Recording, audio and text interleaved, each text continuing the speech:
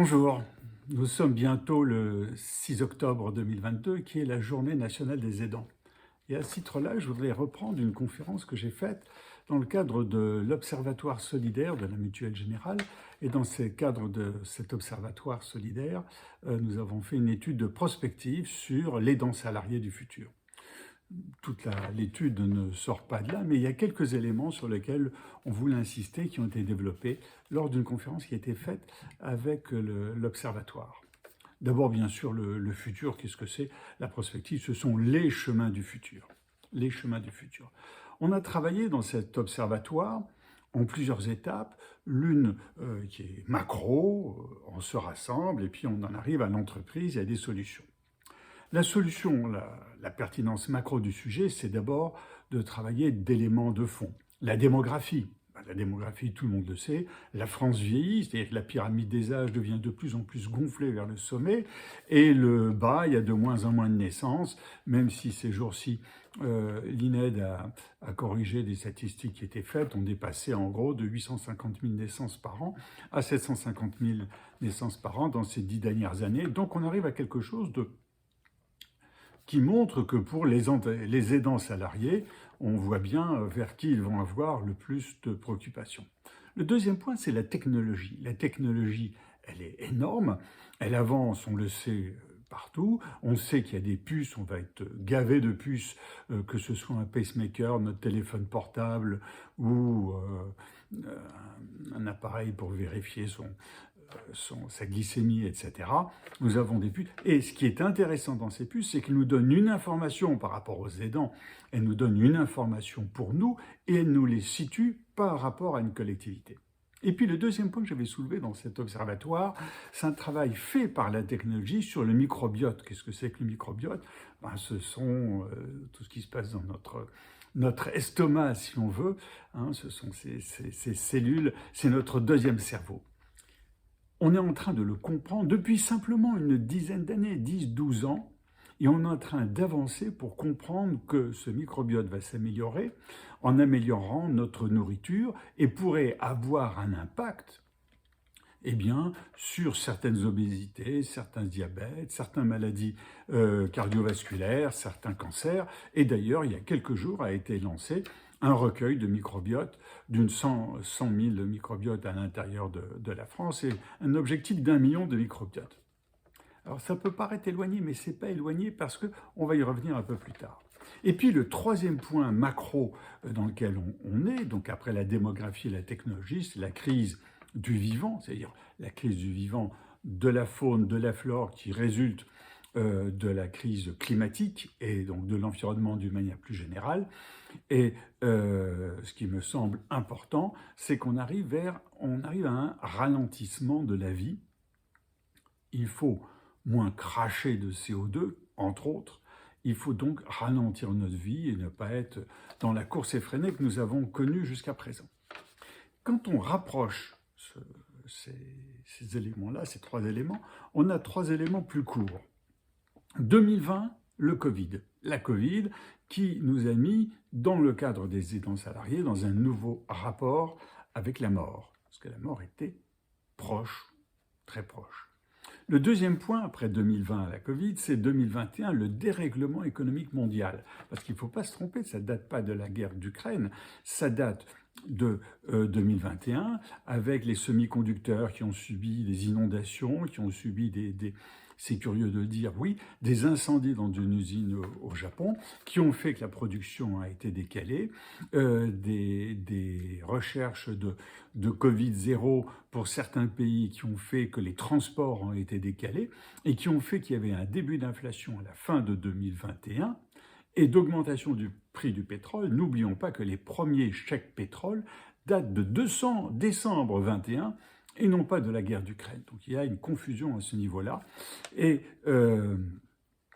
on va a priori vers un certain ralentissement économique. Et le troisième point, c'est 2022. Alors là, c'est la guerre en Ukraine, l'envahissement de l'Ukraine par la Russie. Et on arrive à une conclusion qui s'oblige petit à petit, avec le pétrole, avec l'inflation qui sont en train d'être de plus importants, de consommer moins et de mieux consommer. Et on revient à notre microbiote, c'est-à-dire d'être plutôt frugaux que sobres. La sobriété, c'est un état de transition. Nous devons aller vers un état de frugalité. En fait, nous étions devenus, pour se résumer, hypersensibles, exigeants et impatients, et nous allons devenir globalement plus âgés. Ça, c'est une globalité qu'on peut développer. Nous allons devenir plus lents dans notre manière de vivre, c'est-à-dire plus apprécier le temps et non pas vouloir faire 36 choses à la fois, et nous allons devenir plus frugaux pour vivre mieux. Alors, quand on voit cet ensemble de schémas qui concernent directement les aidants salariés, allons vers l'entreprise, parce que aidant salarié veut dire entreprise. On est passé de l'entreprise performante à l'entreprise consciente. C'est un mouvement qui s'est accéléré et aujourd'hui, cette entreprise consciente, on la voit sur 3 points.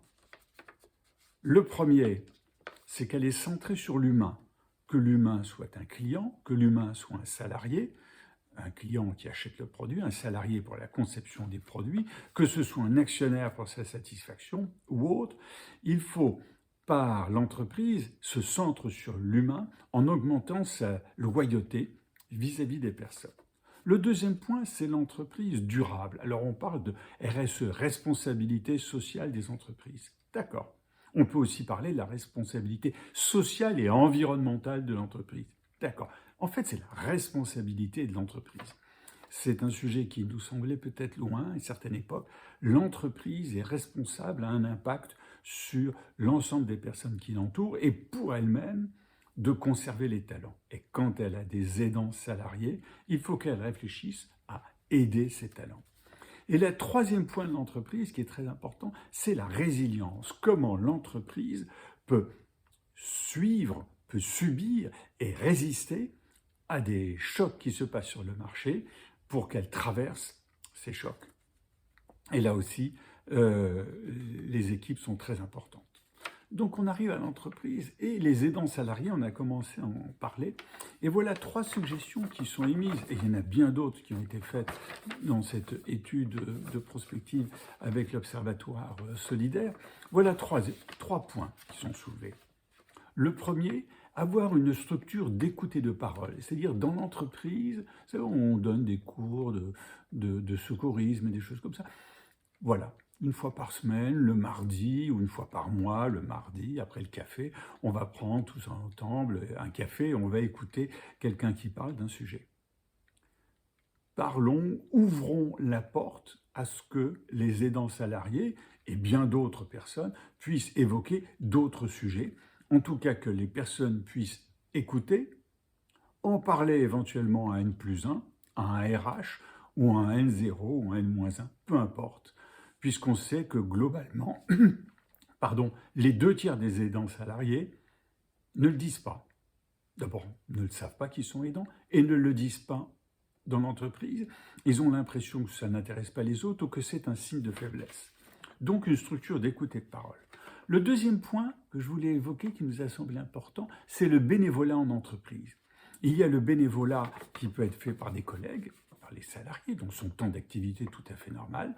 Comment répondre à cette envie ou ce besoin de bénévolat qu'a l'un ou l'autre personne, et puis le bénévolat qui peut arriver aussi dans la période de retraite, de pré-retraite, puisqu'on parle beaucoup de la retraite en ce moment, puisqu'on va travailler à un moment à 4/5 de temps, à 3/5 de temps, à 2/5 de temps, pourquoi pas, consacrer un de ce temps de réduction au bénévolat à l'entreprise, bénévolat sur les aidants salariés.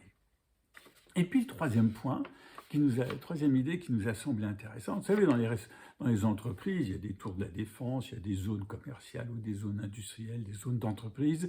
Il y a bien sûr des restaurants d'entreprise, des crèches d'entreprise, des conciergeries d'entreprise. Eh bien, créons des aidanceries. Alors le mot est très laid. Créons des relais de l'aidance, des maisons de l'aidance, c'est-à-dire des zones, des services, un peu comme il y a des crèches. Au début, quand on a créé les crèches, on a dit « attendez, une crèche, qu'est-ce que le salarié va venir avec son gamin? Il va tous les 5 minutes, il va regarder comment va son bébé. » et les crèches d'entreprise existent et fonctionnent très bien. Eh bien, créons des relais de l'aidance à l'intérieur des entreprises ou à l'intérieur de services d'entreprise pour que les gens puissent se dépanner être dépannés lorsqu'ils en ont besoin et poser les personnes qui en ont besoin dans ces relais de l'aidance ou dans ces aisanceries. Voilà, ces points-là, je vous les rappelle en résumé, ces 3 points qui me semblent importants en particulier. Écouter parole. En 2, le bénévolat en entreprise. Et en 3, les relais de l'aidance. Je repars en plongée et donc à bientôt.